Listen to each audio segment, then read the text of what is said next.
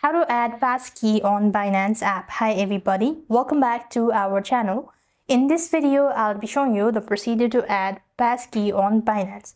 So all you need to do is, first of all, make sure that you already have Binance application installed to your device. Next, you want to locate the Binance app and log into your account. So basically, this is how the interface is going to look like. Now, within the Binance, what you need to do is you have to go to the security section. So now then, to go to the security section, you could either go ahead and click the tab bar icon from the top right hand side corner of your screen and go to your profile on this section.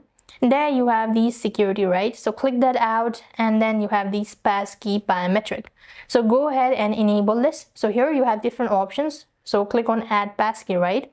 So go to passkey once again. Now then you have to go ahead and enter the verification code that is going to be sent to your registered email address. So I'm going to quickly drag it down and I might be able to find. So here it is. So click the submit button. As soon as you've done it, so you have to authenticate with your biometric. That could either be your fingerprint or your face ID as well. And you've successfully made it so. Now then you could go and click on add passkey once again in order to authenticate as well. Or just leave it as it is, and that's all.